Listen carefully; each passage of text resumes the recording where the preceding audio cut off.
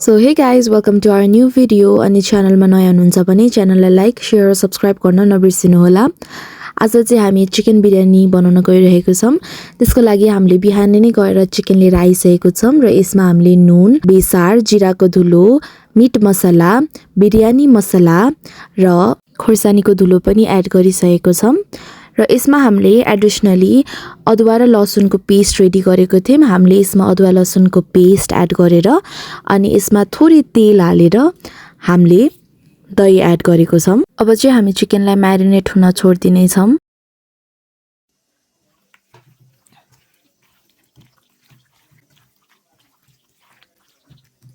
चिकनलाई चाहिँ म्यारिनेट हुन दिएर हामीले यहाँ साइड बाइ साइड रायता बनाउन गइरहेको छौं। त्यसको लागि हामीले दहीमा थोरै पानी एड गरेर त्यसलाई मजाले मिक्स गरेर त्यसमा बिटे नुन, जिरा पाउडर, मसिनो पारेर काटेको प्याज, मसिनो पारेर काटेको काँक्रो र थोरै खोर्सानी एड गरेको छौं र यसलाई हामीले मजाले मिक्स गरिसकेपछि रायता रेडी भइसकेको छ। अनि रायता रेडी भइसकेपछि हामीले कराईमा तेल बसाएर हामीले निकै प्याज काटेर राखेको थियौं र त्यो प्याजलाई चाहिँ नि हामीले डार्क ब्राउन हुन्जेलसम्म मजाले फ्राई गर्यौं र डार्क ब्राउन भइसकेपछि हामीले त्यो प्याजलाई चाहिँ नि छुट्टै प्लेटमा निकालेर राख्यौं।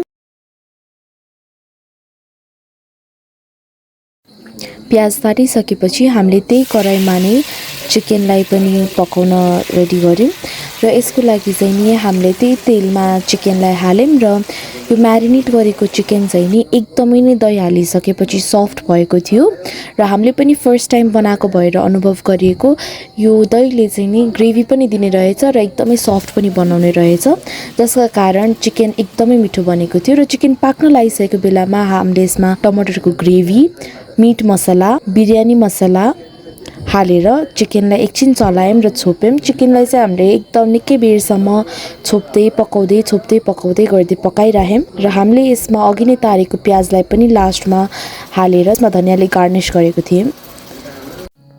र चिकन रेडी भइसकेपछि चामलको लागि भने हामीले एउटा ठुलो कराईमा पानी उमाल्यौं र त्यसमा दालचिनी, ल्वाङ सुकमेल र थोरै नुन हालेर पानीलाई एकछिन उम्लिन दियौं र त्यसमा हामीले चामल हाल्यौं। चामललाई एकछिन पाक्न दिएर जब चामल आधी पाकिसकेको थियो तब हामीले चामललाई अर्कै भाँडामा निकाल्यौं। र अन्तिममा भने हामीले एउटा ठुलो भाँडा लिएर त्यसमा चिकन हाली त्यसमाथि चामलले चिकनलाई ढाकिदिएका थियौं र त्यसमाथि हामीले दालचिनी, हामीले तारेर निकालेको प्याज र एक दुईवटा कागती पनि हालेका थियौं। त्यसैगरी हामीले फेरि त्यसको माथि चिकन र चिकनलाई ढाक्नलाई चामल, त्यही तरिकाले नै हामीले पकाएको चिकन र चामललाई हामीले यो भाँडा भरि पार्यौं र यो भाँडा तयार भइसकेपछि हामीले यो भाँडालाई ढाकिदियौं र ग्यासमा बसाउन निकै बेरसम्म छोडिदियौं र अब चाहिँ हाम्रो बिरयानी रेडी भइसकेको छ।